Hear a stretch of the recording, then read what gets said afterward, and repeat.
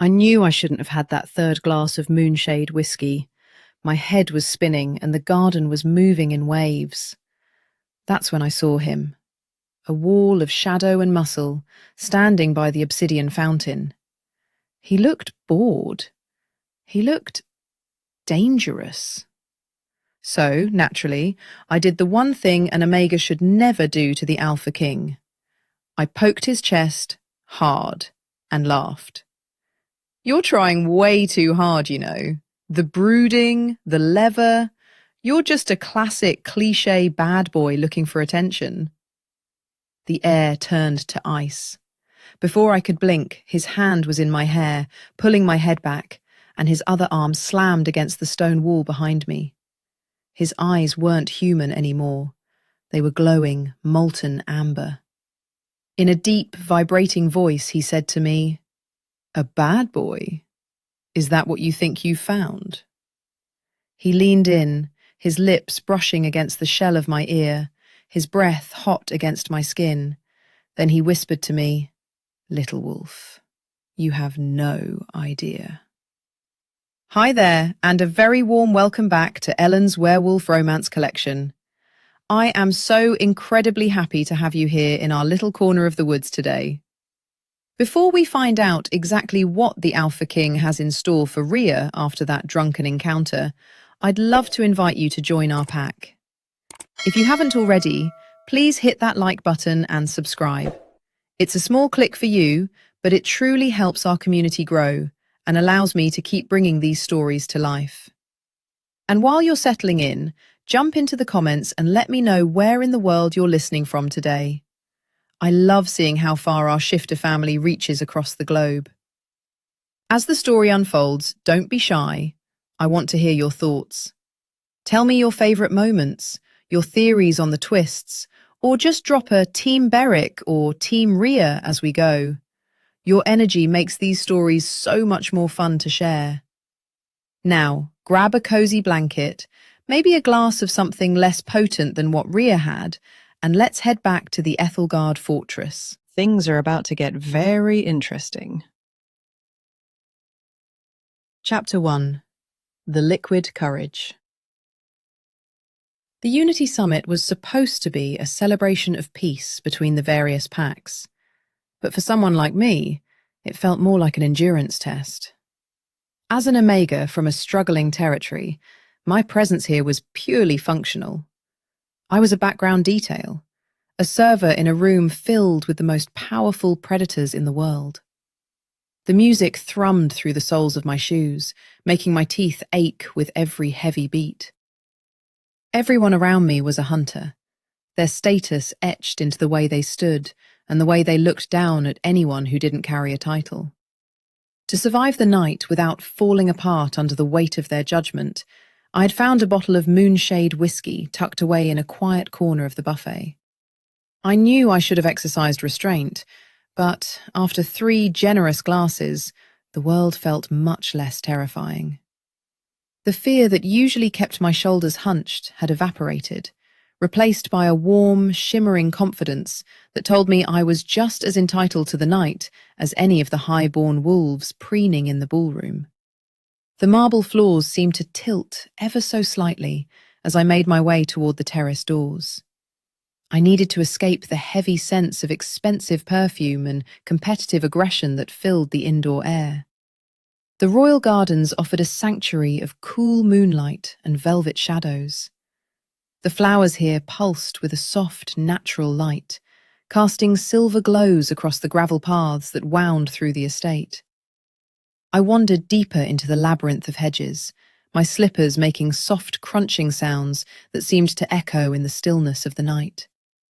I felt lighter than I ever had, the whiskey turning my anxieties into distant, unimportant memories. It was in the furthest reaches of the garden, near a fountain carved from dark, ancient stone, that I saw him. He was standing perfectly still, looking out toward the jagged mountain peaks. Even from the back, his presence was overwhelming. He didn't look like the other lords. He looked like a force of nature that had been poured into a tailored suit. I should have turned around and walked back to the safety of the servants' quarters. My instincts, muffled as they were by the alcohol, should have screamed at me to run. Instead, I let out a soft laugh that caught his attention. He didn't turn immediately, but I could feel his focus shift to me, like a physical weight pressing against my skin. Most people would have trembled under that unseen pressure, but the liquid courage in my system made me bold. I walked right up to him, my steps a little less steady than I would have liked, but my head held high. When he finally turned to face me, I was struck by the sheer intensity of his features. His face was all sharp angles and hard lines, beautiful in a way that felt inherently dangerous. His eyes were a burning amber, glowing with an inner light that seemed to pierce right through my drunken bravado. He looked like he had never smiled a day in his life, his expression frozen in a brooding mask of cold indifference. "You know, you're really overdoing the whole dark and mysterious routine," I said, the words slipping out with a playful lilt I never would have used while sober. I actually reached out and poked his chest, my finger sinking slightly into the expensive fabric of his jacket. His heart was beating with a slow, powerful rhythm that I could feel even through the material. The scowl, the shadows, the way you're standing here all by yourself, it's a bit much. You're just a classic, cliché bad boy, aren't you? You think if you look mean enough, no one will notice you're just as bored as the rest of us. I tilted my head, grinning at him as if we were old friends sharing a private joke. I had no idea of his identity, but in that moment, he was just a handsome man who clearly needed to lighten up. The silence that followed my comment was heavy and cold. I watched as his amber eyes narrowed, the glow within them intensifying until they looked like molten metal. He didn't speak, and he didn't pull away from my touch. Instead, he moved with a speed that made my head spin. Before I could even blink, he had his hand tangled firmly in my hair, tilting my head back so I had no choice but to look up at him. His other arm slammed against the stone pillar behind me, pinning me into the small space between the cold rock and his massive heat. The scent of rain and cedar enveloped me, and for the first time that night, a shiver of genuine fear cut through my intoxication. He leaned in until his lips were hovering just inches from my ear, his body pressing firmly against mine until I could feel the strength of his frame. A low growl vibrated deep in his chest, a sound that felt like it was shaking my very bones. It wasn't the sound of a man. It was the sound of a king who had just been challenged by someone of no consequence. I could feel the raw power radiating off him, a shimmering aura of dominance that made my wolf whimper in the back of my mind. He was so much more than I had realized, a predator of such magnitude that the atmosphere seemed to hum with his displeasure. His grip on my hair was firm, a claim that let me know he was in complete control of the situation. He whispered against my skin, his voice a dark rasp that sent a jolt of electricity down my spine.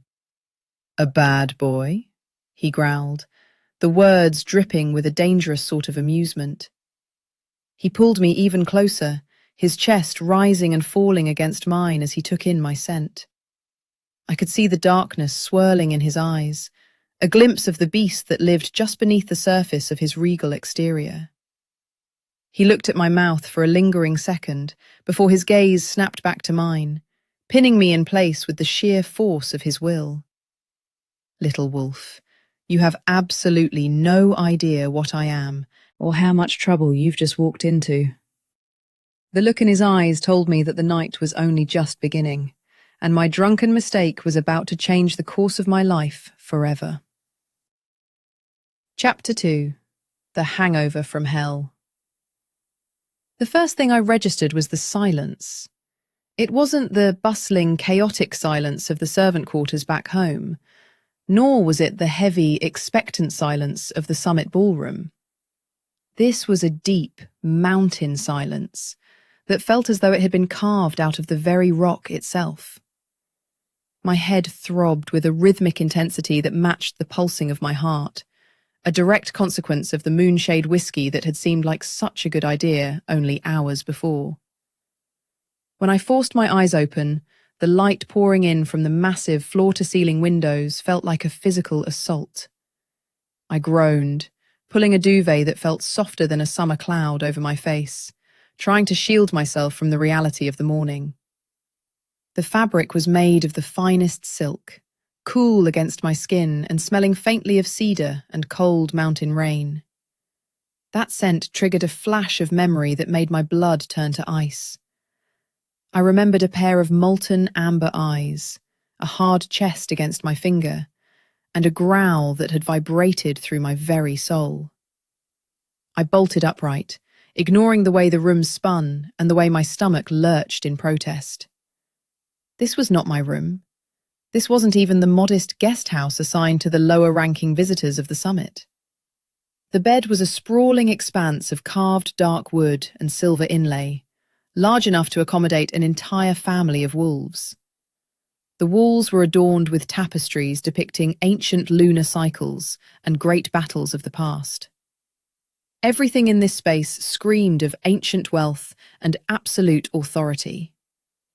I scrambled out of the bed, my feet sinking into a rug so plush it felt like walking on moss. My clothes from the night before were gone, replaced by a simple but elegant tunic made of soft linen. The panic began to set in as I realized I had no idea how I had gotten here, or what had happened after the Alpha King had pinned me against that stone pillar in the garden. I stumbled toward the windows, hoping to see a familiar landscape, but the view that met me was breathtaking and terrifying all at once. I was high up, so high that the clouds seemed to drift just beneath the balcony railing. Jagged peaks of grey stone and white snow stretched out in every direction, a natural fortress that looked completely impenetrable. This was Ethelgard, the legendary mountain seat of the Midnight Throne. I was in the heart of the Alpha King's power, a place where very few Omegas were ever permitted to set foot. The memory of my voice, slurred and overconfident, calling the most dangerous man alive a bad boy, echoed in my mind, and I felt a wave of nausea that had nothing to do with the whiskey. I had to get out. I had to find a way back to my pack before the king decided exactly how he wanted to punish me for my insolence. I rushed to the massive double doors of the chamber, my breath coming in short, jagged gasps. I grabbed the silver handles, praying they would turn, but as soon as I pulled, the doors remained stationary. I pulled again, harder this time, a whimper escaping my throat. From the other side, I heard the heavy clank of metal against metal. The doors swung inward, and I found myself staring at the broad chests of two elite warriors. They wore the dark steel armor of the king's personal guard, their expressions as cold and unmoving as the stone walls around us. They didn't move to attack, but they crossed their long spears in front of the doorway, creating a physical barrier that I knew I couldn't break. The reality of my situation finally settled over me, heavy and suffocating. I wasn't just a guest who had overstayed her welcome. I was a prisoner in a golden cage, and the man who held the key was the very same bad boy I had mocked in the moonlight. Chapter 3. The Golden Cage. I need to speak with whoever is in charge, I said, my voice shaking despite my best efforts to sound authoritative. The two guards didn't even blink, their eyes focused on the wall behind me. It was as if I weren't even a person to them, but merely a task they had been assigned to complete. The frustration began to bubble up beneath my fear, a small spark of the fire I had felt in the garden returning to my chest. You can't just keep me here. I have a pack. I have responsibilities. My alpha will be looking for me. Even as I said the words, I knew they were hollow. My alpha was a man who would gladly trade 10 Omegas like me for a favorable trade agreement with the Midnight Throne. He wouldn't be looking for me. He would be looking for a way to apologize for my existence. The king has decreed that you are to remain within these quarters for the time being. A new voice boomed from the hallway. The guards shifted slightly, making room for a man with a scarred face and a weary but sharp gaze. He wore the insignia of a commander, and his presence carried a weight that commanded immediate respect. He stepped into the room, his eyes scanning me with a mixture of curiosity and something that almost looked like pity. "I am Commander Bram. I suggest you make yourself comfortable, Rhea. The king is currently occupied with the closing ceremonies of the summit, but his orders regarding you were very specific. You are to be treated with the respect due to a guest of the crown, but you are not permitted to pass these doors without his personal escort." I stepped back, my hands curling into fists at my sides. A guest? Guests are allowed to leave. Guests don't wake up in locked rooms with guards at the door. Why am I here, Commander? If this is about what I said in the garden, I was intoxicated. I didn't know who he was. I'm happy to apologize, or leave a written statement, or do whatever is necessary to make amends. Just let me go home.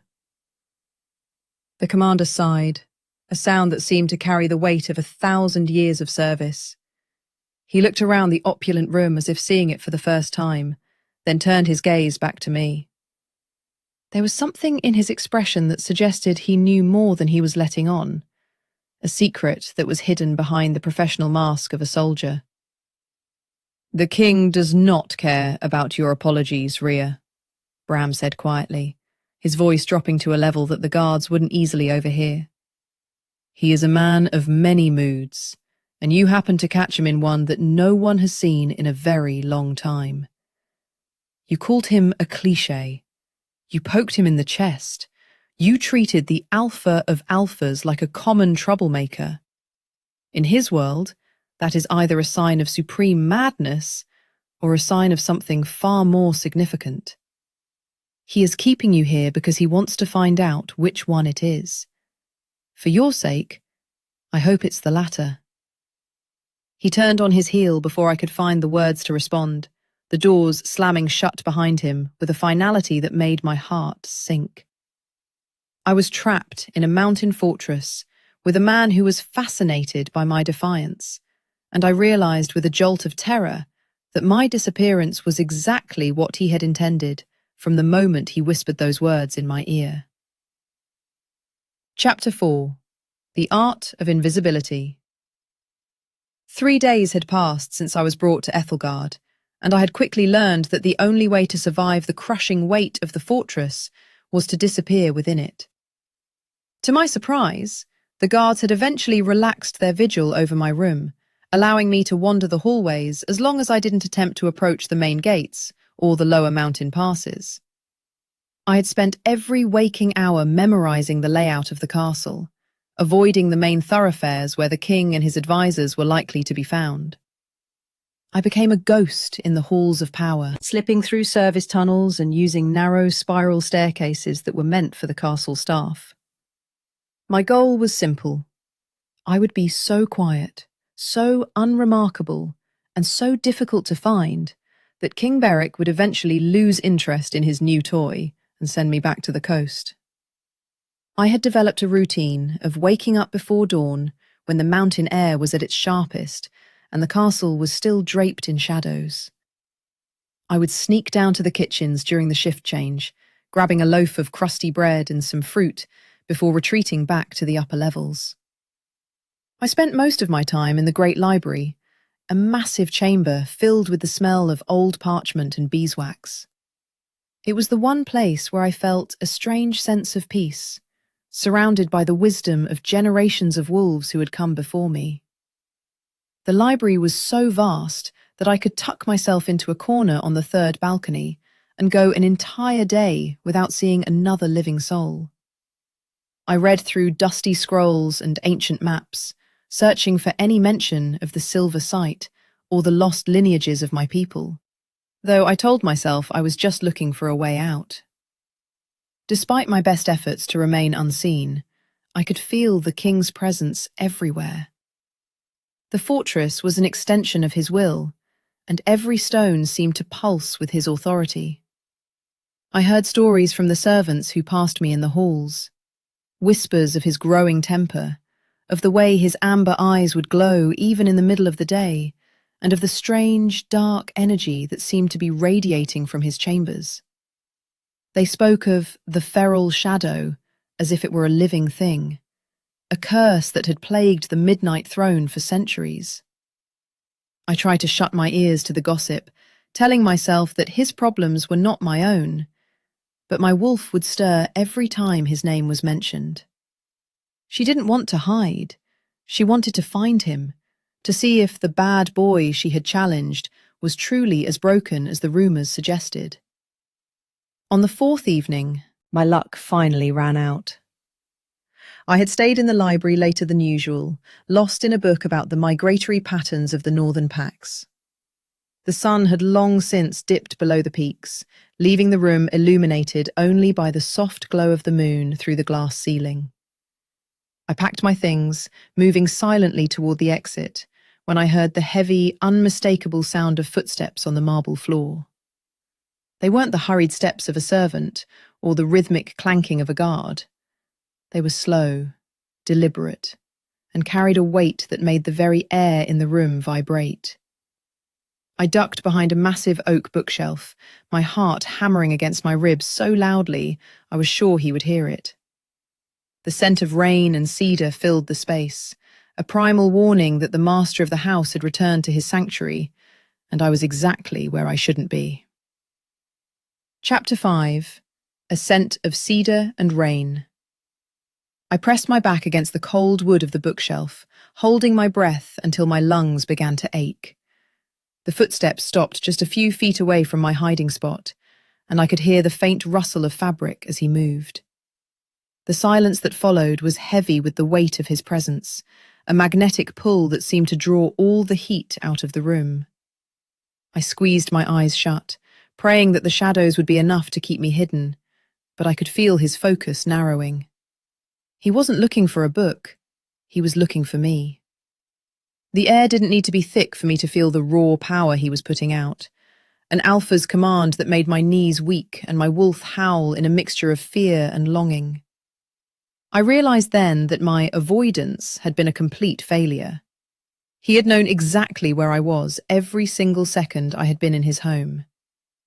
"You've become quite the shadow, Rhea," he said, his voice a low, melodic rasp that seemed to echo through the empty library.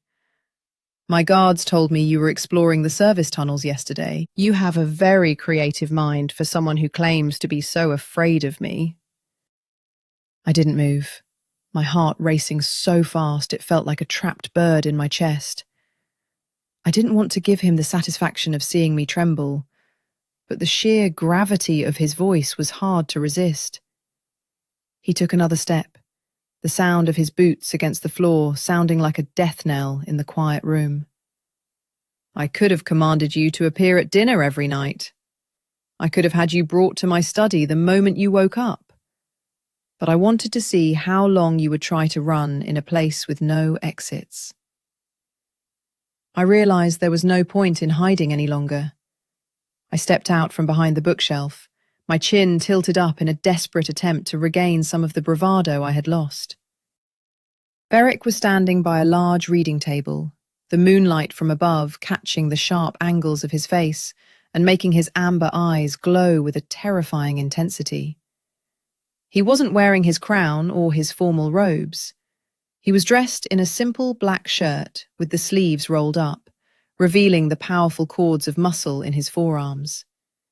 He looked more like the bad boy I had mocked in the garden than ever before.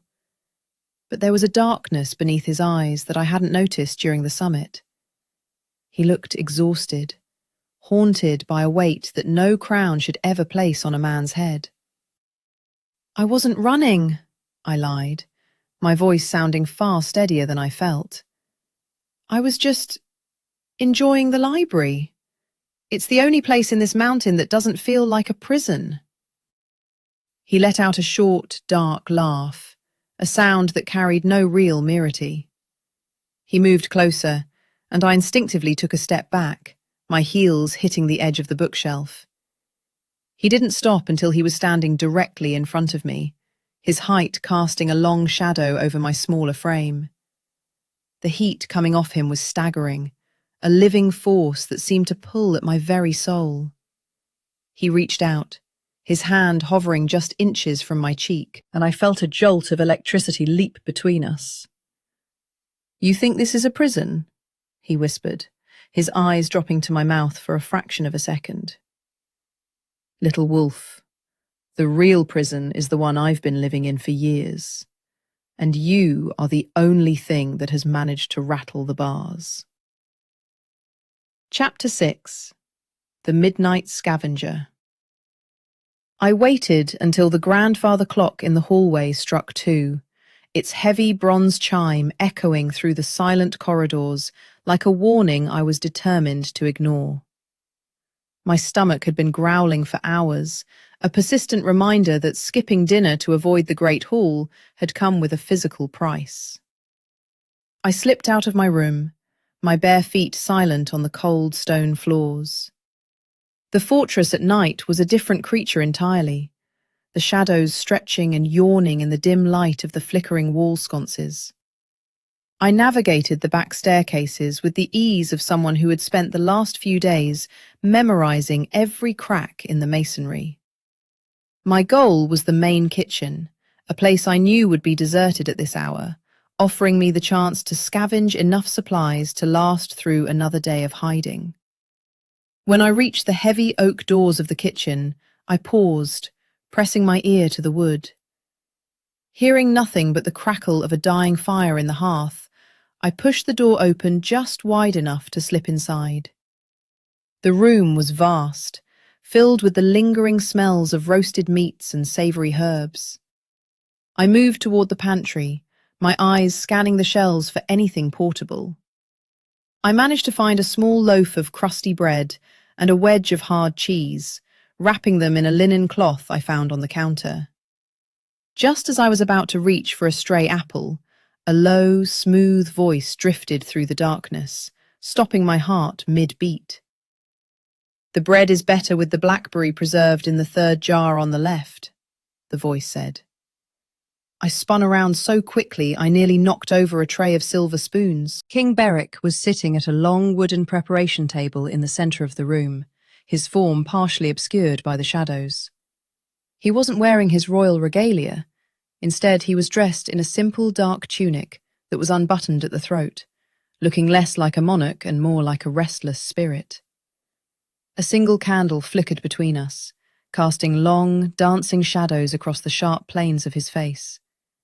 He looked at me with an expression that was dangerously close to amusement, his amber eyes tracking my every movement. I stood frozen, clutching my stolen bread to my chest like a shield.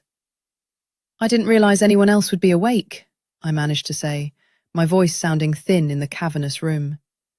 I wanted to run, to bolt through the door and disappear back into the safety of the upper levels, but my legs felt as though they had been turned to lead. Beric didn't move to stop me. He simply sat there, watching me with a predatory stillness that made the hair on my arms stand up. The bad boy energy I had mocked was radiating off him in waves, a raw, untamed power that seemed to hum in the very floorboards beneath my feet. "Sleep is a luxury I haven't enjoyed in a very long time," he replied, his voice a velvet rasp that made a shiver of awareness race down my spine. He stood up, his movements fluid and graceful, and began to walk toward me. I backed away until my shoulders hit the cold stone of the pantry wall, trapped between the shelves and the most powerful man in the kingdom. He stopped just inches away, the heat from his body reaching out to wrap around me like a physical weight.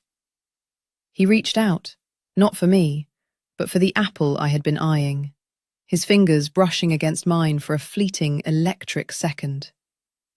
He took a slow, deliberate bite of the fruit, his gaze never leaving my face. "You spend so much time running, Rhea. It must be exhausting." I swallowed hard, my wolf pacing restlessly in the back of my mind, confused by the strange mixture of fear and attraction pulling at my soul. He was so close I could see the dark ring of gold around his pupils and the slight tremor in his hand that he was clearly trying to hide. Before I could find my voice to retort, he leaned in, his breath warm against my ear as he whispered a final thought. "Don't bother hiding tomorrow. I've decided that if you want to be a ghost, you're going to be mine." Chapter 7.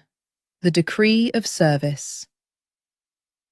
The following morning did not bring the quiet sanctuary I had hoped for.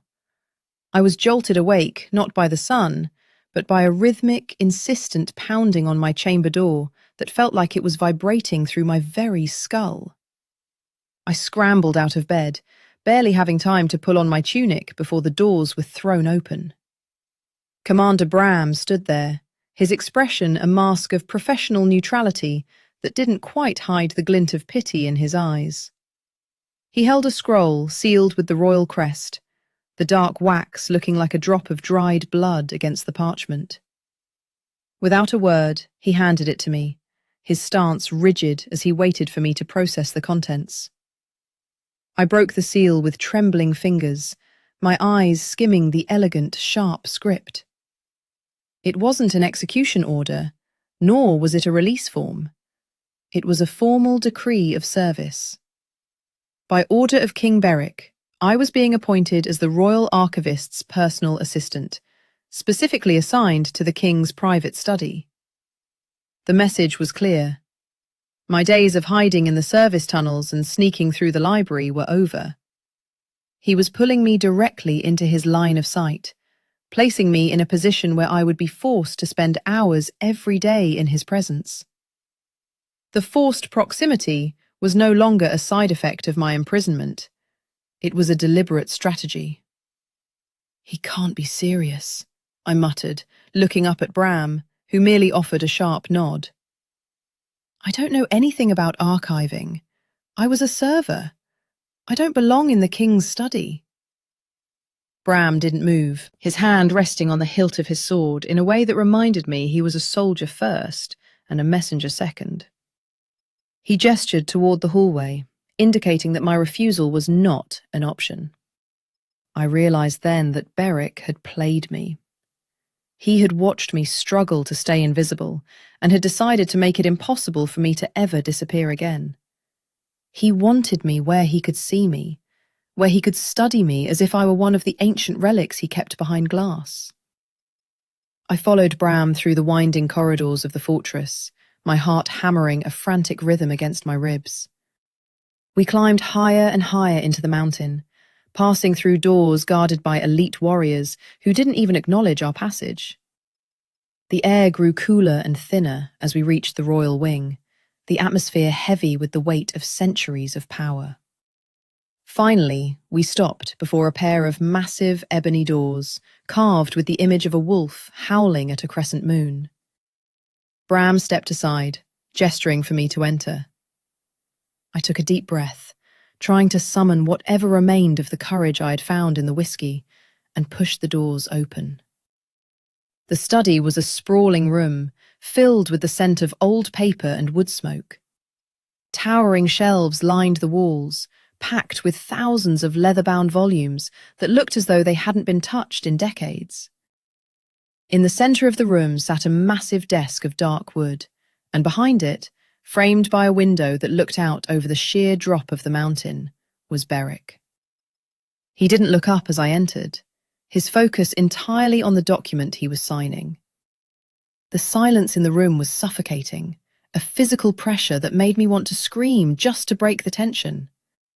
He finally set the pen down, his amber eyes lifting to meet mine with a look of predatory satisfaction. "Welcome to your new position, Ria. I suggest you start with the scrolls on the far left. They've been waiting for someone with your unique perspective." Chapter 8. The King's Amusement. The first few hours in the King's study were an exercise in psychological warfare.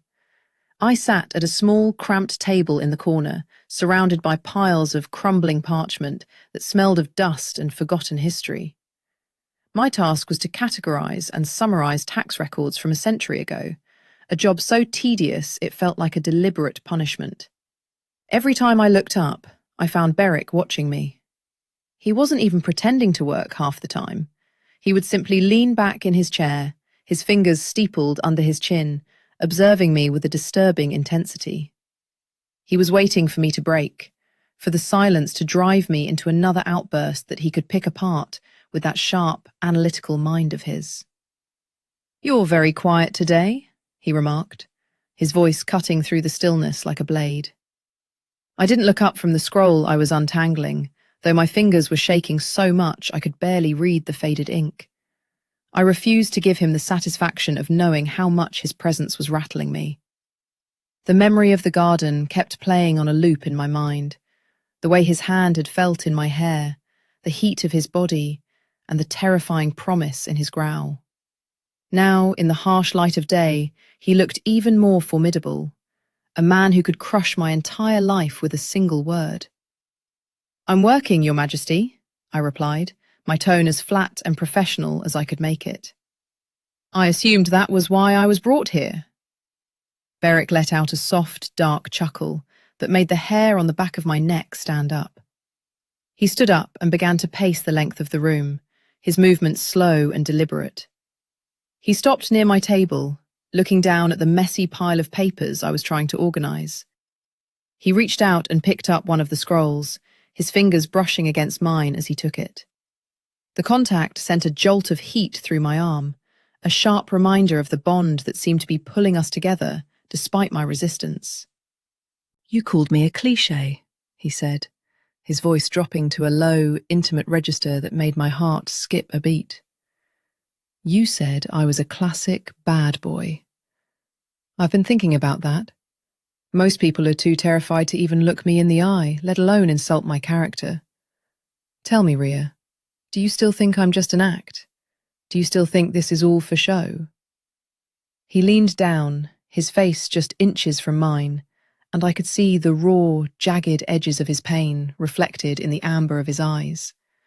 The bad boy facade was there, but beneath it was something much older and much more dangerous. I finally looked up, meeting his gaze with a defiance I didn't know I still possessed. "I think you're a man who uses fear because he doesn't know how to handle anything else.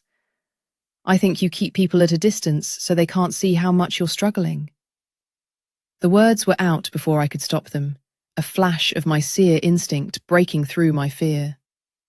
Beric's expression shifted, the amusement vanishing to be replaced by a look of genuine shock. For a second, the mask slipped entirely, and I saw the hollow, haunted man behind the king. He didn't growl, and he didn't pull away. He simply stared at me, his breath hitching as he struggled to regain his composure. "You have a dangerous tongue, little wolf," he whispered, his voice trembling with a suppressed emotion I couldn't identify. He turned away abruptly, walking back to his desk with a stiff, formal gait that spoke of a man trying to hold himself together. The tension in the room had shifted from predatory to something much more vulnerable, and I realized that I had touched a nerve I hadn't even known existed. I went back to my scrolls, but the silence was no longer heavy with his amusement. It was filled with the echoing sound of a secret that had finally been dragged into the light. Chapter 9. The First Crack. Days blurred into a repetitive cycle of dusty scrolls and silent observations. Beric and I existed in a state of armed neutrality, the air between us charged with the lingering tension of our last encounter. He didn't tease me anymore, and I didn't offer any more unwanted insights into his character. We worked in a silence that was almost peaceful, save for the occasional sound of a turning page or the scratching of a quill. Yet the more time I spent in his presence, the more I noticed the small details he tried so hard to hide. I saw the way his jaw would clench when the sun began to set, the way his eyes would scan the shadows of the room as if expecting an attack, and most notably, the persistent tremor in his right hand. It happened on a Tuesday afternoon, while a heavy fog was rolling in off the mountain peaks, shrouding the fortress in a grey, ghostly light. Beric was attempting to sign a decree when his hand suddenly seized, the quills skittering across the parchment and leaving a jagged blot of ink in its wake. He hissed through his teeth, a sound of pure, unadulterated frustration, and slammed his fist against the desk. The sound echoed like a gunshot in the quiet study. I looked up, my breath catching in my throat as I saw him slumped in his chair, his head bowed and his shoulders shaking. He looked fragile, a word I never thought I would associate with the Alpha King. Without thinking, I stood up and moved toward the small sideboard where a pitcher of water sat. My wolf was pushing me forward, her instincts overriding my common sense. I poured a glass and walked over to his desk, my steps cautious, as if I were approaching a wounded animal. I set the glass down near his shaking hand, the water rippling gently in the light. Beric didn't move for a long moment, his breathing ragged and uneven. I could feel the darkness radiating off him, a cold, heavy energy that made the room feel as though it was sinking into the earth.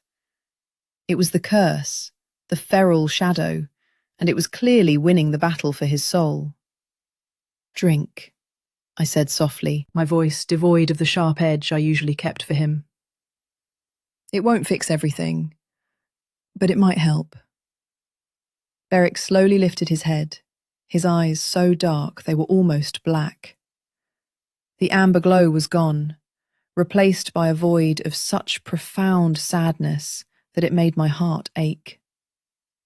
He looked at the glass and then up at me, his expression a mixture of confusion and a raw, naked vulnerability that made me want to reach out and pull him into my arms. He reached for the glass, his fingers brushing against mine as he took it. This time, the spark wasn't one of heat or aggression. It was a soft, grounding warmth that seemed to steady his hand. He drank the water in silence, his throat working as he swallowed. When he finished, he set the glass down with a shaking hand, his gaze still fixed on me. "Why are you doing this?" he asked, his voice a mere shadow of its usual power. "I am the man who took you from your home. I am the man you called a monster. Why show me any kindness?" I didn't have an answer that made sense, not even to myself. I just knew that I couldn't sit by and watch him drown in his own shadows. I saw the man behind the king, the bad boy, who was really just a boy who had been forced to carry a burden far too heavy for any one person. "Because no one should have to be alone in the dark, Beric," I replied, using his name for the first time without the shield of his title. The air in the room seemed to shift, the cold energy of the curse receding just a fraction. He reached out, his hand finally steady, and tucked a stray lock of hair behind my ear. The touch was so light, so tender, that it nearly broke me. We stood there for a heartbeat, two lost souls finding a momentary sanctuary in the middle of a storm, until a sudden, violent crash of thunder shook the entire fortress. The sky outside turned a bruised, angry purple, and I felt a surge of ancient, malevolent power rising from the depths of the mountain. Chapter 10. The Feral Shadow. The storm that broke over Ethelgard was unlike anything I had ever witnessed on the coast. It wasn't just rain and wind. It was a physical manifestation of the mountain's fury. Lightning arced across the sky in jagged, violet veins, illuminating the study in brief, terrifying bursts of light. With every peal of thunder, the dark energy I had felt earlier intensified, swirling around Beric like a living shroud. He stood up abruptly, his eyes snapping back to that hollow, lightless black. He didn't look at me as he shoved past the desk, his movements jerky and uncoordinated. I watched in horror as his shadow seemed to detach itself from the floor, lengthening and twisting into a monstrous shape that mirrored his every move. "Get out, Rhea," he growled, the sound no longer coming from his throat, but seemingly from the very air around him. "Go to your room and lock the door. Do not come out, no matter what you hear." He didn't wait for a response, stumbling toward the private door that led to his inner sanctum. I could hear the sound of furniture being overturned and the shattering of glass as he moved. The feral shadow was taking over, the curse reaching its peak as the moon climbed behind the storm clouds. I stood frozen in the middle of the study, the bread and scrolls forgotten, my entire being vibrating with a terrifying, magnetic pull toward the source of the darkness. I tried to obey him. I really did. I made it as far as the hallway, my heart hammering a frantic rhythm against my ribs. But as I reached the main staircase, a sound echoed through the stone corridors that stopped me in my tracks. It wasn't a growl or a roar. It was a cry of pure, agonizing pain, a sound so lonely it made my soul weep. My seer blood, dormant for so long, suddenly surged through my veins like liquid silver.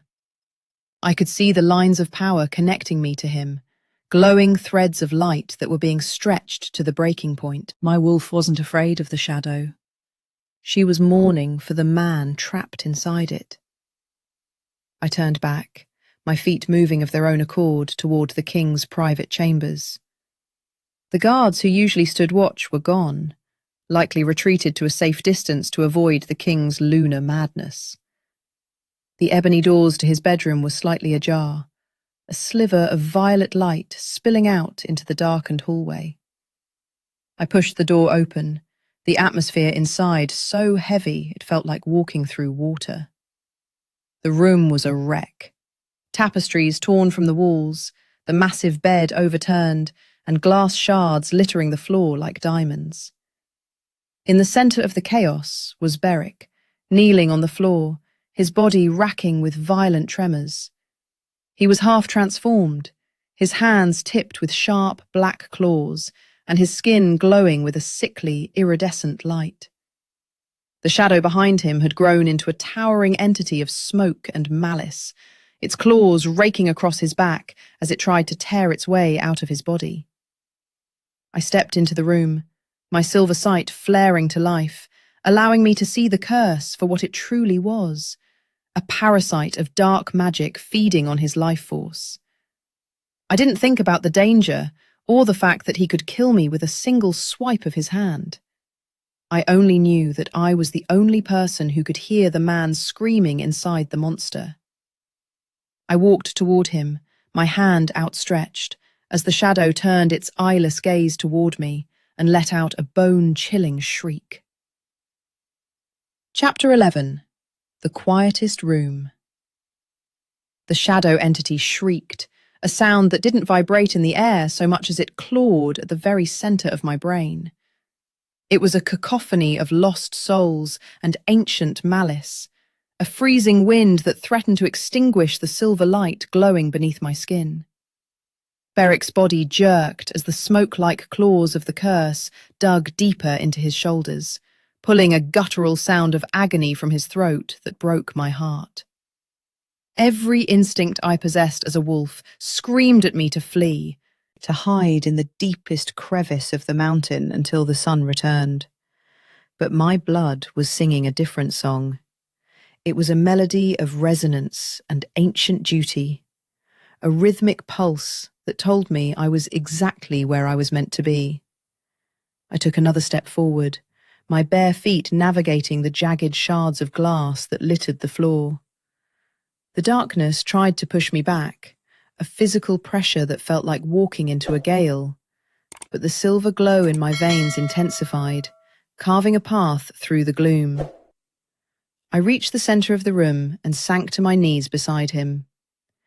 Beric's transformation was a horrific sight.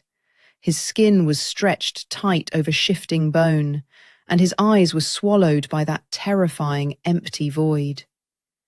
He looked up at me, but I knew he couldn't see me through the haze of the feral shadow. He was lost in a nightmare of his own making, a king drowning in a sea of ancestral trauma. I didn't hesitate. I reached out and placed my hands firmly on his cheeks, my palms resting against the burning heat of his skin. The moment our flesh met, a shockwave of energy rippled through the room. The shadow entity recoiled, let out a final frustrated hiss, and began to dissolve back into the floorboards. Beric's entire frame went rigid before he collapsed forward, his head landing heavily on my shoulder. The silence that followed was the loudest thing I had ever heard. The storm outside continued to rage, but inside this circle of two, the world had gone perfectly still. I held him there, my arms wrapping around his trembling form as his breathing began to slow and settle. The iridescent light on his skin faded, replaced by the natural warmth of a man who had finally found a moment of peace. I could feel the steady beat of his heart against mine, a frantic rhythm that gradually synchronized with my own.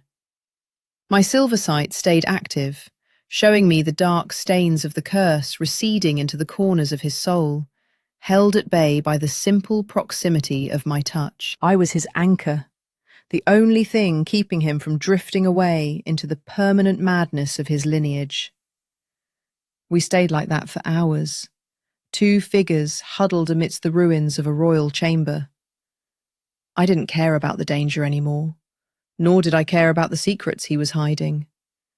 All that mattered was the weight of him in my arms, and the way his fingers curled into the fabric of my tunic, as if he were afraid I would vanish if he let go. He was the most powerful man in the world, a king who could command armies and shatter mountains. Yet in the quietest room in Ethelgard, he was just a soul seeking shelter. As the first grey light of dawn began to creep through the shattered windows, Beric finally stirred. He didn't pull away immediately. Instead, he rested his forehead against mine, his amber eyes fluttering open.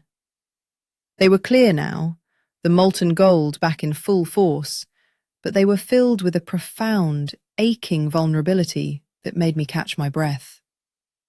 He looked at me as if I were a miracle he didn't deserve, and I realized with a jolt of terror that the slow burn of my feelings had finally reached a flashpoint. Chapter 12. The Library's Secret. The morning after the storm felt like waking up in a different world. Beric had been whisked away by Commander Bram and a team of healers as soon as the sun broke over the peaks, leaving me alone in the wreckage of his suite. I had been escorted back to my room, but sleep was impossible. My mind was a whirlwind of questions and silver light memories. I waited until the fortress was fully awake before making my way back to the great library. I didn't go to my usual corner. Instead, I headed for the restricted archives in the basement, a place I had noticed during my midnight wanderings, but had been too afraid to enter. The door was heavy iron, but to my surprise, it swung open at my touch, as if the castle itself were inviting me to discover its hidden truths. The basement was cool and smelled of damp stone and ancient ink. I moved through the aisles of iron-bound chests until I found a section dedicated to the genealogy of the Midnight Throne. My fingers traced the spines of heavy, dusty tomes until I found one that felt warm to the touch. It was bound in white leather and lacked a title. As I opened it, the pages began to glow with a faint, silvery luminescence. I began to read, and the pieces of the puzzle finally started to click into place. The book spoke of the Lost Seers, a bloodline of Omegas who were the natural counterparts to the Midnight Kings. Our blood wasn't just a mark of rank, it was a biological antidote to the feral shadow. We were designed to be the balance to their chaos, the light that could lead them back from the edge of the abyss. As I turned the pages, I saw illustrations of rituals that made my skin crawl. The seers weren't just mates, they were often treated as living sacrifices, their life force drained to keep the kings sane. The lineage hadn't died out by accident. It had been hunted and hidden away to prevent the kings from ever being truly cured. The High Council preferred a king who was burdened and unstable, a man who was easier to manipulate. If a seer was found, she was to be brought to the fortress and bound to the throne, her power used as a battery for the Alpha's instability. I felt a cold chill settle in my marrow as I realized that Beric hadn't kept me here because of a drunken insult. He had sensed what I was from the moment I touched him in the garden. I wasn't a guest or even a prisoner. I was a resource. I closed the book, the heavy thud echoing in the hollow silence of the basement.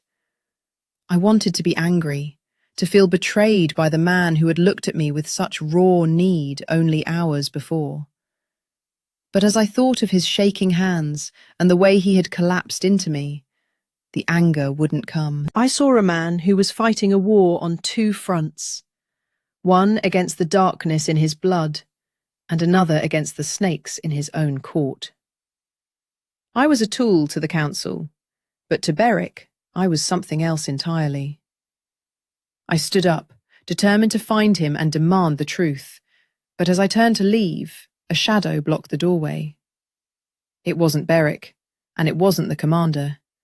It was a woman, dressed in flowing robes of deep violet, her eyes sharp and calculating.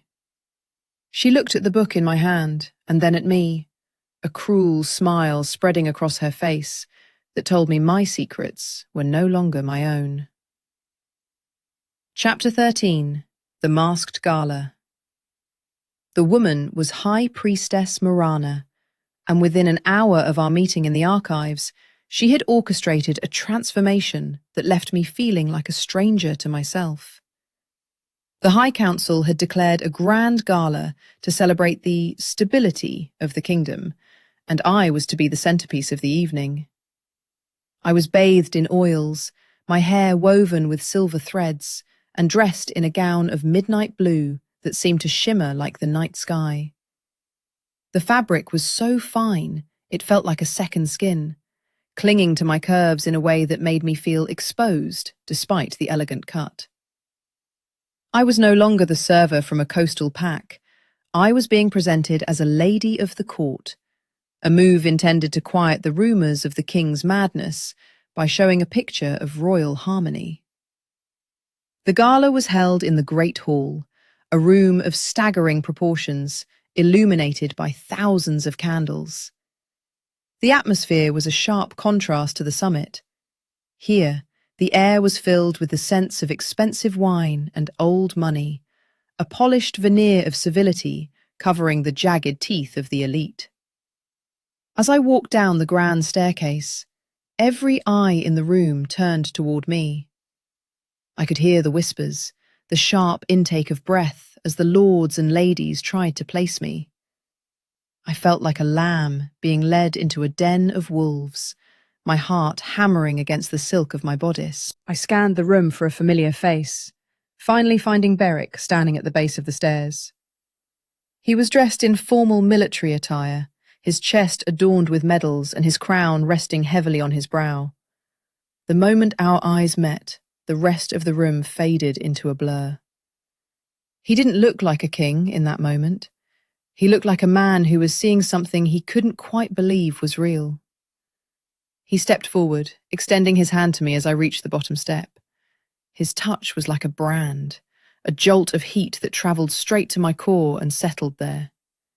The bad boy from the garden was gone, replaced by a regal, imposing figure that commanded the attention of every soul in the hall. But as he leaned in to greet me, I saw a flicker of that same vulnerability in his amber eyes. He leaned down, his lips brushing against my knuckles in a gesture that was far more intimate than protocol required. "You look stunning, Rhea," he whispered, his voice a low vibration that made my knees weak. "But you look like you want to bolt for the nearest exit." I tried to maintain my composure, aware of the hundreds of eyes watching our every move. The forced proximity of the dance floor was approaching, a requirement of the evening that I was both dreading and craving. I wanted to ask him about the book, about the seers, and about the way he had held me in the storm, But this was a theatre, and we both had roles to play. He led me toward the centre of the hall as the orchestra began a slow, haunting waltz.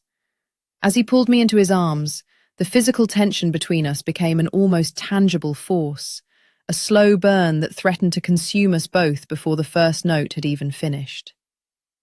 Chapter 14. A Dance with Danger. The music was a flowing, melancholic melody that seemed to pull at the very fibres of my soul. Beric's hand was firm on the small of my back, guiding me through the intricate steps of the waltz with a grace that felt entirely too natural. We moved as one, our bodies perfectly synchronized in a way that defied our short acquaintance. I could feel the eyes of the High Council on us, a heavy weight of judgment and expectation, but I forced myself to focus only on the man holding me. The scent of rain and cedar was overwhelming, a primal anchor that kept me grounded even as my head spun from the sheer intensity of the moment. We were surrounded by the elite of the kingdom, yet it felt as though we were the only two people in existence.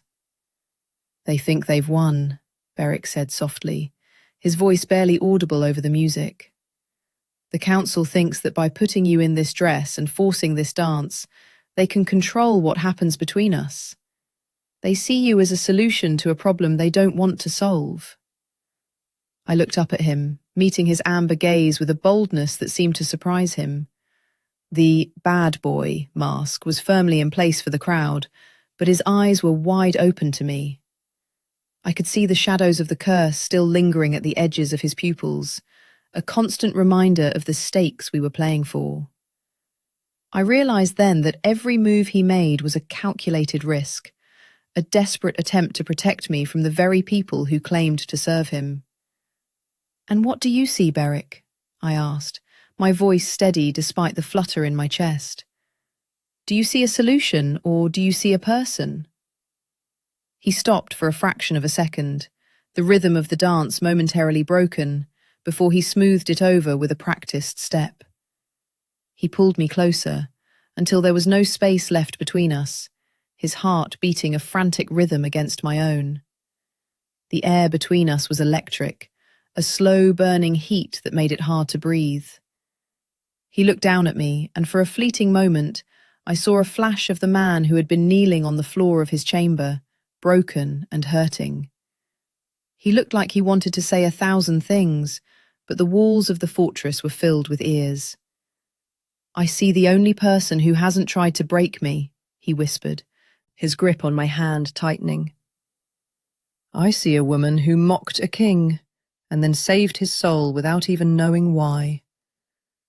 He spun me around, the skirts of my gown flaring out like a dark cloud, and for a moment, the world was nothing but light and motion.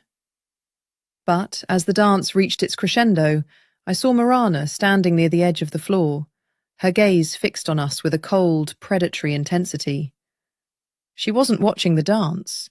She was watching the way the silver light was beginning to pulse beneath my skin, reacting to Beric's proximity. The realization hit me with the force of a blow. The gala wasn't a celebration. It was a test, and I was failing to hide exactly what I was from the people who wanted to use me most. Chapter 15. The Jealousy of High Priestess Marana. As the music faded and the applause of the court filled the hall, Beric was pulled away by a group of insistent generals, leaving me standing alone at the edge of the dance floor. I felt a sudden sharp chill that had nothing to do with the temperature of the room. I turned to find Marana standing directly behind me, a glass of dark wine in her hand and a look of pure, unadulterated venom in her eyes. She leaned in, her presence feeling like a physical stain on the beauty of the evening. She didn't bother with the pleasantries of the court. She went straight for the jugular, her voice a sharp hiss that cut through the noise of the party. "You think you're special, don't you?" she sneered, her gaze raking over my gown with obvious disdain. "You think because he looks at you with a bit of hunger, you found a place in this house. But you are nothing but a tool, Rhea, a battery to keep his madness at bay, so the rest of us can continue to run this kingdom. He doesn't love you. He needs you, and there is a very dangerous difference between the two. I felt the blood drain from my face, her words echoing the fears I had tried to bury in the library.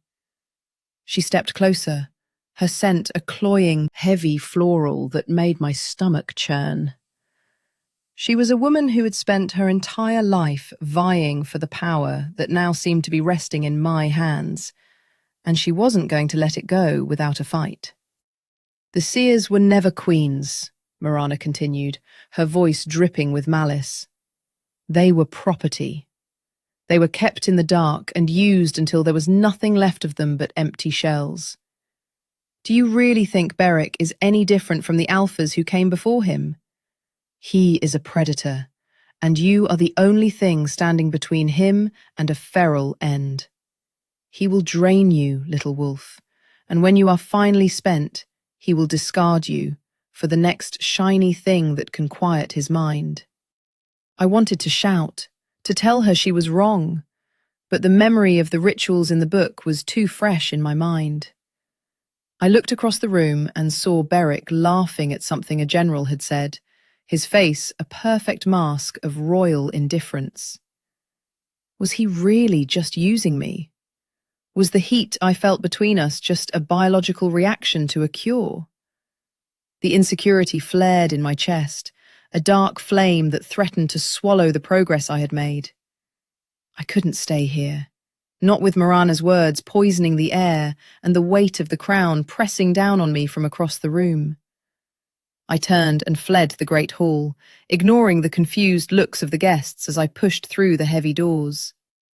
I ran through the corridors, the silver threads in my hair coming loose and the silk of my gown snagging on the rough stone walls. I didn't stop until I reached the outer balcony, the cold mountain air hitting me like a slap. I looked out over the jagged peaks, the darkness of the world feeling more like a home than the glittering lights of the gala. I had to get away. I had to leave this mountain before I lost myself entirely to a man who might only see me as a way to stay sane. I began to climb the stone railing, my heart set on the shadows of the forest below, unaware that someone was watching me from the darkness. Chapter 16. The Escape Attempt. The cold was the first thing that greeted me, a sharp, biting wind that sliced through the thin silk of my gala gown, as if the fabric were nothing more than a spiderweb. I had climbed over the stone railing of the balcony, my fingers stinging as they gripped the rough, frozen masonry. Below me, the mountain dropped away into a jagged abyss of shadows and moonlight, a terrifying descent that promised only pain for the clumsy. But the voice of Marana was still ringing in my ears, poisoning my thoughts with the idea that I was nothing more than a biological remedy for a feral king. I couldn't stay. I refused to be a battery for someone's sanity, a tool to be used and discarded once the darkness had been sated. I found a narrow ledge and began the slow, agonizing crawl down the side of the fortress, my fancy slippers offering no grip against the treacherous ice. Every muscle in my body screamed in protest as I lowered myself into the dark. My wolf was pacing frantically in the back of my mind, her instincts divided between the urge to run and the desperate need to return to the scent of cedar and rain. She knew Beric was the alpha, the mate she had been searching for in the dark, but my human pride was a much harder thing to satisfy. I reached the lower terrace and bolted toward the tree line, my heavy skirts snagging on the brambles and tearing with a sound like a dying animal. I didn't care about the dress or the jewelry.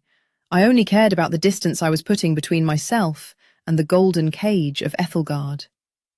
The forest was deep and ancient, the trees towering over me like silent sentinels, watching my frantic flight through the undergrowth. The deeper I ran, the more the mountains seemed to close in on me. The ground was uneven, covered in slippery moss and hidden roots that sent me sprawling into the dirt more than once. My breath came in ragged, burning gasps, and the silver threads in my hair were long gone, replaced by twigs and dried leaves. I stopped to listen, my ears straining for the sound of pursuit, but all I heard was the haunting howl of the wind through the peaks. I was alone, a low-ranking Omega lost in the wilderness of the high alphas, and for the first time, the reality of my situation began to sink in. I had no food, no warmth, and no way to defend myself against the predators that called these woods home. The courage the whiskey had given me so many nights ago was a distant memory, replaced by the cold, hard truth of my vulnerability. I pushed forward, driven by a stubborn refusal to be property, until the sound of a snap behind me made me freeze. It wasn't the wind, and it wasn't a falling branch. It was a heavy, deliberate step. I turned, my heart hammering against my ribs, and saw the glimmer of amber eyes through the trees. My wolf let out a submissive whimper, a sound I had never heard from her before. The shadow that emerged from the brush was massive, a silhouette of pure power that made the very earth seem to tremble. It wasn't the king in his royal robes, it was the hunter, the man who had warned me that I had no idea what he truly was. I backed away, my heel catching on a root, and fell backward into the cold, damp earth as the figure stepped into the moonlight. Chapter 17. The Hunter's Mercy. Beric stood over me, his chest heaving as if he had run the entire way from the fortress without stopping. He wasn't wearing his crown, and his military jacket was unbuttoned, revealing the raw intensity of the man beneath the title. He didn't look angry, which was almost worse. He looked devastated, his amber eyes searching my face with a desperate, searching longing that made my throat tighten. He didn't reach for me or growl an order for me to return.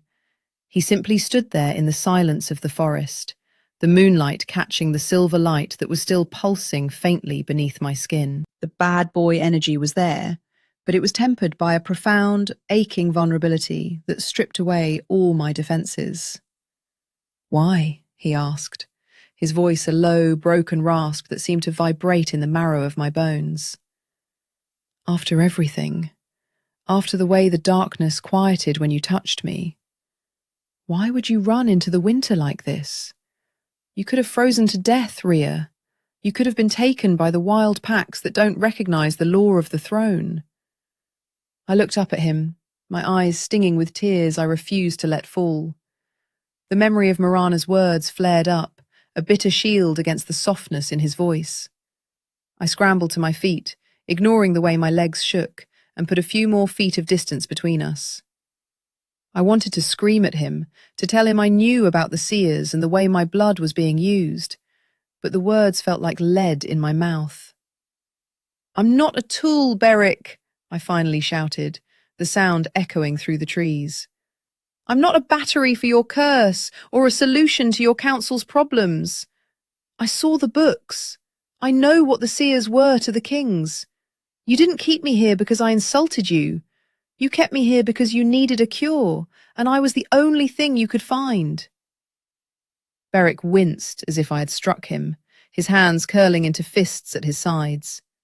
He took a step toward me, but stopped when he saw me flinch. The silence that followed was heavy with the weight of the truths we had both been hiding. He looked down at his hands, the tremor I had seen in the study returning with a vengeance. "You're right," he whispered, his gaze finally lifting back to mine. "I did sense what you were that night in the garden. For the first time in my life, the noise in my head stopped because you were near me. I was selfish, Rhea. I was a man drowning, and you were the only piece of wood I could find to stay afloat. But if you think that's the only reason I've spent every night watching your door, or every day trying to find ways to make you smile, then you're the one who has no idea." He moved with that blurring speed I had seen before, but this time he didn't pin me to a wall. He pulled me into his arms, his face burying in the crook of my neck as he held me with a strength that felt like a sanctuary rather than a prison. I struggled for a moment, but the scent of cedar and rain overwhelmed me, and my wolf finally surrendered, leaning into the heat of his body as he lifted me into his arms to carry me back to the fortress. Chapter 18. The Vulnerability of Kings. The walk back to the fortress was a blur of motion and heat. Beric didn't say another word, his focus entirely on navigating the steep terrain while keeping me shielded from the wind. By the time we reached his private chambers, my body was numb from the cold, and my mind was a fractured mess of conflicting emotions. He set me down gently on the rug before the fireplace, immediately kneeling to stoke the embers into a roaring blaze. He didn't call for the servants or the healers.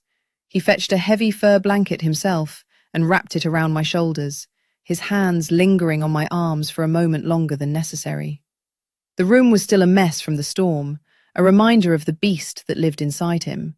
But right now, he was just a man trying to keep me warm. "I won't apologize for needing you," he said quietly, sitting on the floor across from me, his back against the base of his bed. "But I will apologize for letting you think that your power was all I saw. The seers were treated like property because the men who ruled before me were cowards who feared their own shadows. They didn't want mates, they wanted anchors. But I've spent my entire life being an anchor for a kingdom that hates me, and I don't want a tool, Rhea. I want someone who looks at the king and sees a bad boy who needs to get his act together." He let out a soft, self-deprecating laugh that made my heart skip a beat. The vulnerability in his expression was so raw, it was almost hard to look at. I pulled the blanket tighter around me, the warmth of the fire finally beginning to thaw the ice in my veins. I looked at him, really looked at him, and saw the exhaustion etched into the lines around his eyes. He was a king who had never been allowed to be a person, a man who had been told since birth that his only value was his strength and his ability to contain the madness of his blood. I realized then that we were both prisoners of the same system, just in different types of cages. My seer blood was a burden, but his alpha blood was a death sentence. The slow burn of the last few weeks finally flared into something undeniable, a magnetic pull that had nothing to do with rituals or ancient books. "The book said the bond has to be a choice," I whispered, my voice finally finding its strength. "It said that if the seer doesn't give her light freely, the curse will eventually consume them both. Is that why you didn't just force the ritual?" Beric looked at me, his amber eyes swirling with a mixture of heat and sorrow. He reached out, his fingers grazing the back of my hand, and I didn't pull away. The contact was electric, a spark of silver and gold that seemed to illuminate the space between us. "I would rather go feral and lose my mind than force you to be something you aren't," he said, his voice dropping to that deep, vibrating register. Just as I was about to reach for him, a sudden, sharp pain lanced through my skull, and a vision of Marana standing over a broken crown flashed before my eyes, cold and terrifying. Chapter 19. Whispers of Mutiny. The vision hit me like a physical blow, sending me reeling back against the stone hearth. I could see the great hall, but it wasn't filled with dancers and music. It was filled with shadows and the metallic scent of blood. Marana was there, her face twisted in a look of triumphant malice as she held a silver dagger over a kneeling figure I recognized all too well. Beside her stood several of the high alphas from the council, their eyes glowing with a treacherous, hungry light. They weren't trying to cure the king. They were waiting for the great eclipse to strike, a time when the alpha's power would be at its weakest, to strip him of his title and turn him into a mindless weapon for their own ends. The feral shadow wasn't just a curse, they were actively feeding it with dark magic to accelerate his decline. "Rhea! What is it? What do you see?" Beric was on his feet in an instant, his hands gripping my shoulders to keep me upright. My eyes were wide, the silver light within them glowing so brightly it was casting shadows against the walls. I grabbed his forearms, my nails digging into his skin as the images continued to pour into my mind. I saw the hidden passages beneath the fortress, the ones I had explored, being used by rebel soldiers to bypass the main guards. I saw the high priestess chanting over a bowl of black liquid, a ritual designed to sever the king's connection to his pack and leave him vulnerable to the shadow. It wasn't just a plot, it was an execution, and it was scheduled to happen during the final peak of the eclipse. "It's Marana!" I gasped, the words tumbling out of my mouth in a frantic rush. "She's not trying to help you.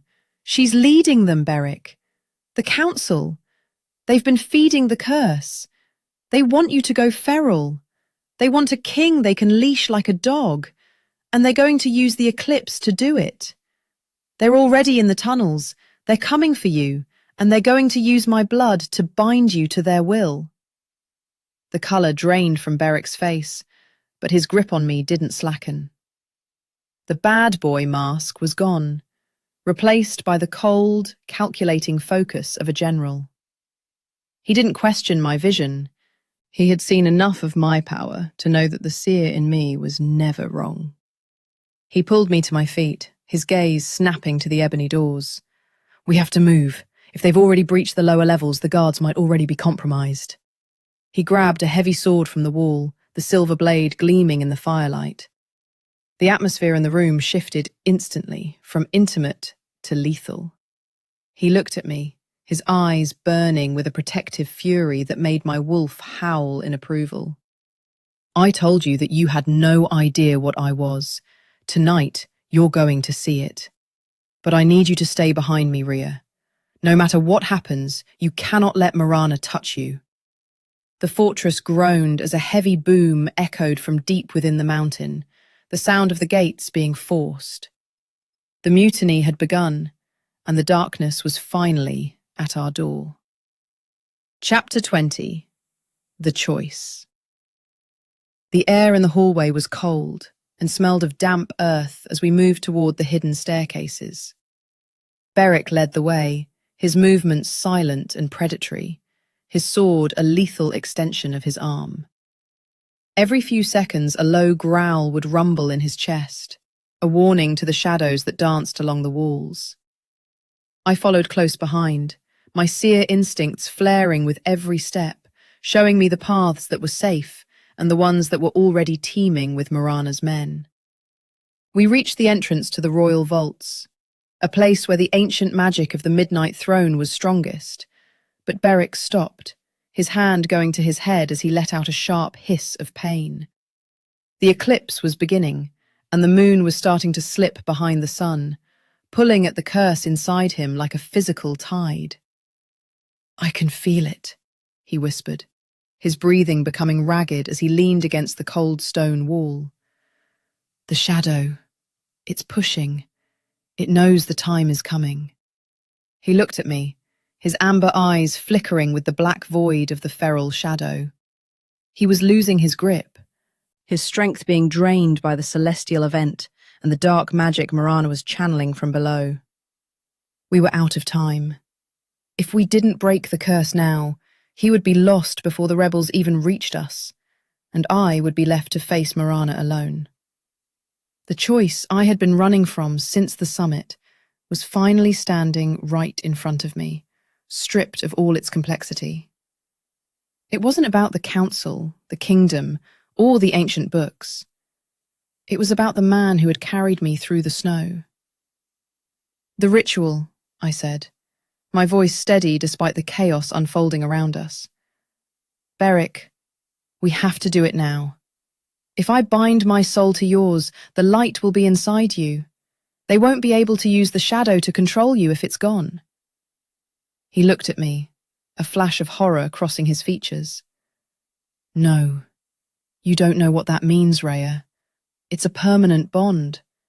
You'll be tied to my madness, to my life, to every burden I carry.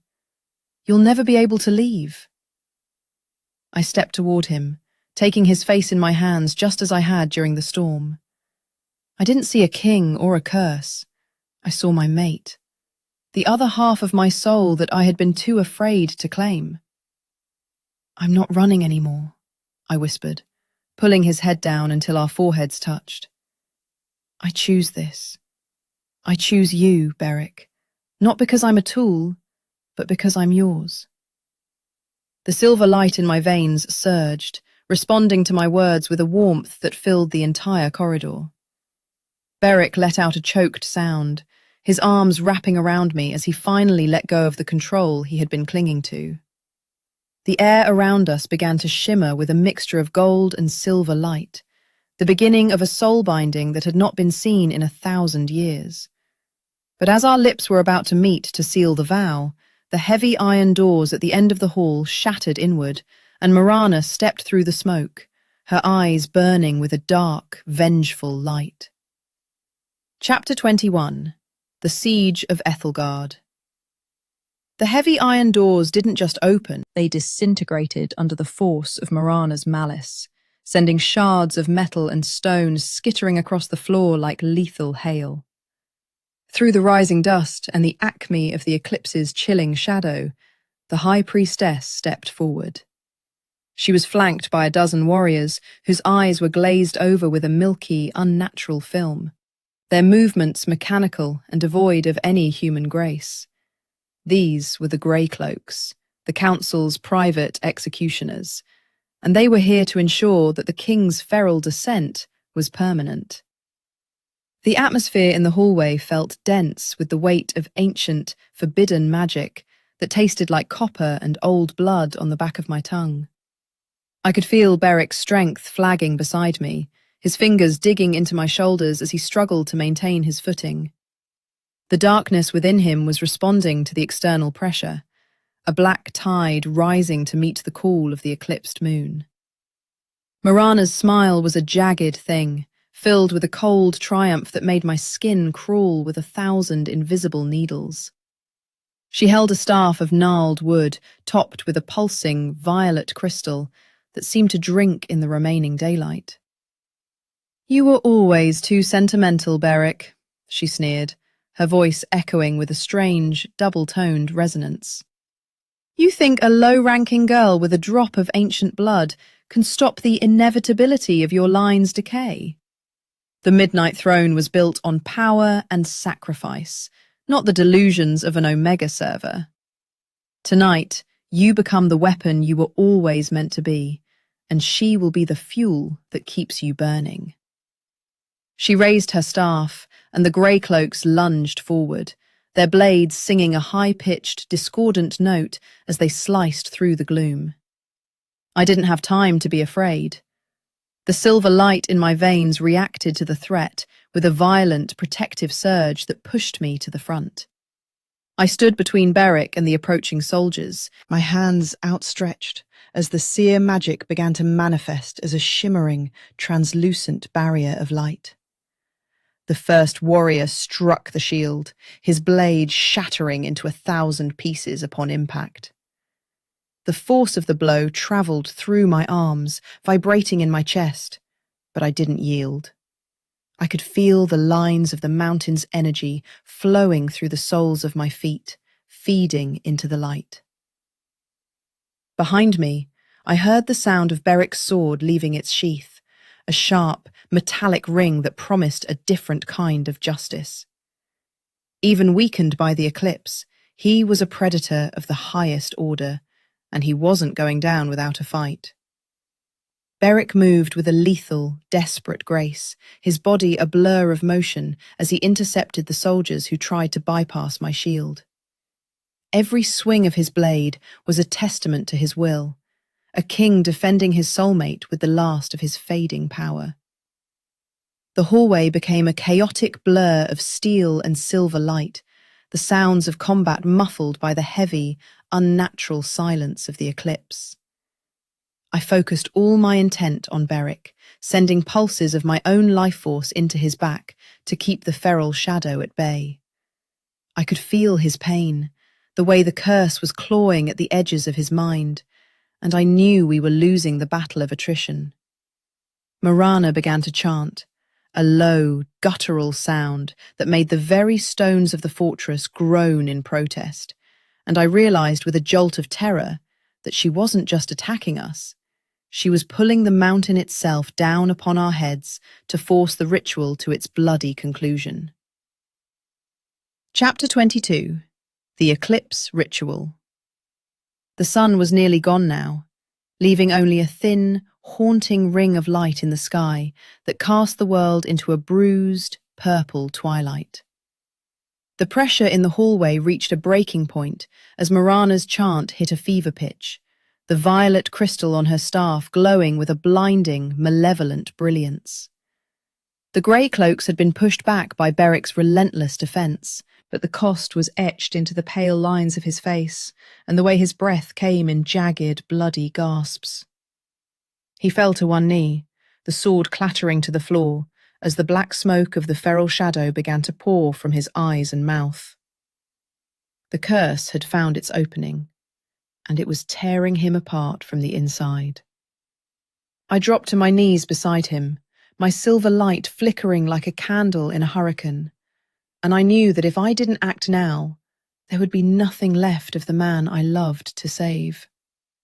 "Beric, look at me!" I screamed over the roar of the mountain's shifting stone. I grabbed his face, forcing him to meet my gaze even as the void tried to swallow the amber light in his eyes. The contact burned, a searing heat that travelled up my arms and into my heart, but I didn't let go. I began to channel everything I was, every memory of the garden, every moment of the library's quiet, and every spark of the slow burn attraction that had defined our time together, into the bond. I wasn't just offering him my blood, I was offering him my soul. I could feel the ancient magic of the seers recognizing the claim, a rhythmic, deep thrumming that started in the center of my being and expanded until it filled the entire corridor with a brilliant, blinding white light. The world seemed to dissolve into a sea of pure energy as I pushed my mind into his. I found myself in a landscape of jagged black glass and eternal storms, the heart of Beric's internal prison. The feral shadow was there, a towering beast of smoke and rage, but I didn't shrink away. I walked toward it, my silver sight showing me the man trapped at the center of the darkness. I reached out and took his hand, and the moment our fingers interlaced, the ritual was complete. I felt the snap of the bond as it locked into place, a permanent, unbreakable tether that linked our fates across time and space.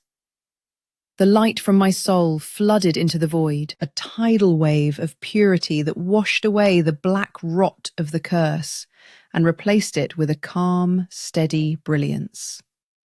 Outside the mental landscape, a shockwave of silver and gold erupted from our bodies, throwing Morana and her soldiers back against the walls with the force of a physical explosion. The violet crystal on her staff shattered into dust, its dark power extinguished by the purity of the true mate bond. The eclipse reached its peak, the world going completely dark for a single, breathless heartbeat. But within the hallway, we were glowing with the intensity of 1,000 stars. I felt the curse break, the heavy chains of the feral shadow dissolving into nothingness. Beric let out a long, ragged breath, his body finally relaxing as the iridescent light of the transformation faded into a healthy, vibrant glow. He looked at me, and for the first time since the summit, his eyes were clear, untainted by the madness of his blood, just as a final, desperate scream from Morana heralded the collapse of the ceiling above us. Chapter 23. The King Unbound. Dust and debris rained down from the fractured ceiling, but not a single stone touched us. A shimmering dome of gold and silver light had formed over Beric and me, a physical manifestation of the bond that now unified our power. I looked up and saw the High Priestess struggling to stand, her robes tattered and her face a mask of disbelief and fury. The grey cloaks lay scattered on the floor, their unnatural life force snuffed out by the breaking of the crystal. The eclipse began to recede, the first sliver of the sun's return cutting through the darkness like a promise of a new era. Beric stood up, his movements no longer jerky or pained, but filled with a terrifying, absolute authority that made even me tremble. He wasn't the bad boy king anymore. He was a sovereign who had been forged in fire and tempered by love. He stepped out from under the protective dome, his gaze fixed on Marana with a cold, lethal focus. The atmosphere seemed to bow to his will, the shadows retreating into the corners as he walked toward the woman who had tried to destroy him. "You spoke of power and sacrifice, Marana," Beric said, his voice a deep, vibrating bass that resonated through the very foundations of Ethelgard. "But you forgot the most ancient law of our kind. A king is only as strong as the mate who stands beside him. You tried to use my blood as a weapon, but you only succeeded in revealing the depth of your own treachery." He didn't even reach for his sword. He simply raised his hand, and a wave of raw alpha energy slammed into Marana, pinning her against the wall with the force of a mountain's weight. The high alphas who had been hiding in the shadows of the tunnels began to emerge, their hands raised in surrender as they saw the transformation of their king. They had expected a mindless beast to command, but they were faced with a man whose power was now bolstered by the light of a seer. The rebellion crumbled in an instant, the fear of the unbound king far greater than their ambition. Beric turned back to me, the lethal edge of his expression softening into a look of such profound devotion that it brought tears to my eyes. He reached out and pulled me into his arms, his heart beating a steady, powerful rhythm against my chest. The fortress was still in ruins, and there was much work to be done to root out the rest of the traitors. But for the first time in centuries, the Midnight Throne was secure. "It's over, Rhea," he whispered, his breath hot against my ear as he held me close. "The shadow is gone. I can think, I can feel, and it's all because of you." I leaned into his warmth, the exhaustion of the ritual finally beginning to take its toll. The silver light in my veins settled into a gentle, comforting hum, a constant reminder of the man who was now a part of me. We had survived the eclipse, the mutiny, and the curse, but the greatest challenge was still ahead of us. We had to build a kingdom where a low-ranking Omega could stand as a queen, and where a bad boy king could finally find the peace he had been denied for so long. I looked out through the shattered doorway at the rising sun, knowing that while the night had been long, the dawn belonged to us. Chapter 24. More Than a Bad Boy. The coronation was held 3 months later, not in the stuffy, aggressive atmosphere of the Great Hall, but in the royal gardens where our story had truly begun. The bioluminescent flowers were in full bloom, casting a soft, romantic glow over the assembled lords and ladies of every pack in the territory. The air was crisp and fresh, smelling of wet earth and the new growth of spring. I stood at the top of the marble stairs, my gown a masterpiece of silver silk and white fur that made me look like a creature of the moon itself. The silver sight was no longer a secret or a burden. It was the jewel of the crown, a power that I used to ensure justice and harmony throughout the realm. As I walked down the aisle toward the obsidian fountain, the crowd went silent, a mark of respect that had been earned through blood and sacrifice. Beric was waiting for me at the altar, looking every bit the sovereign he had become. He wore the traditional dark robes of the Midnight Throne, but he had discarded the heavy, restrictive crown of his ancestors for a simple silver band that matched my own. The look in his amber eyes as I approached was enough to make my heart stop. It was a mixture of pride, desire, and a love so deep it felt like it could span lifetimes. He took my hands in his, the warmth of the bond pulsing between us like a physical heartbeat. We weren't just a king and a queen, we were a single entity, two halves of a whole that had finally found their way home. The high priestess was gone, the council had been reformed, and the kingdom was finally breathing again. "Do you remember the first night we were here?" Beric asked softly, his voice a low vibration that only I could hear. "In the garden at the summit, when you were so bold and so beautifully reckless." I laughed, the sound bright and clear in the evening air. "I remember a very brooding man who looked like he needed a serious reality check. I believe I called you a cliché." Beric chuckled, a deep, rich sound that made my wolf purr with contentment. He pulled me closer, his forehead resting against mine as the officiant began the final words of the ceremony. The transition from server to sovereign had been a journey of terror and transformation, but I wouldn't have traded a single second of fear if it meant losing the man holding me now. As the sun dipped below the horizon and the stars began to twinkle in the vast mountain sky, Beric leaned in for the kiss that would seal our union before the eyes of the world. It wasn't a tentative or formal gesture. It was a claim, a passionate promise of a future that we would build together. He pulled back just an inch, his lips brushing against mine as he whispered the words that had started it all. "You thought I was just a bad boy, Rhea. You thought you knew what you were getting into." He grinned, a flash of the playful, dangerous man I had first met appearing in his eyes. "You have no idea." I smiled back, my hand resting over his steady heart, knowing that while the world might still see him as a king to be feared, to me, he was simply the man who had pulled me in from the dark and never let go. And that, my dear listeners, concludes the story of Rhea and King Beric.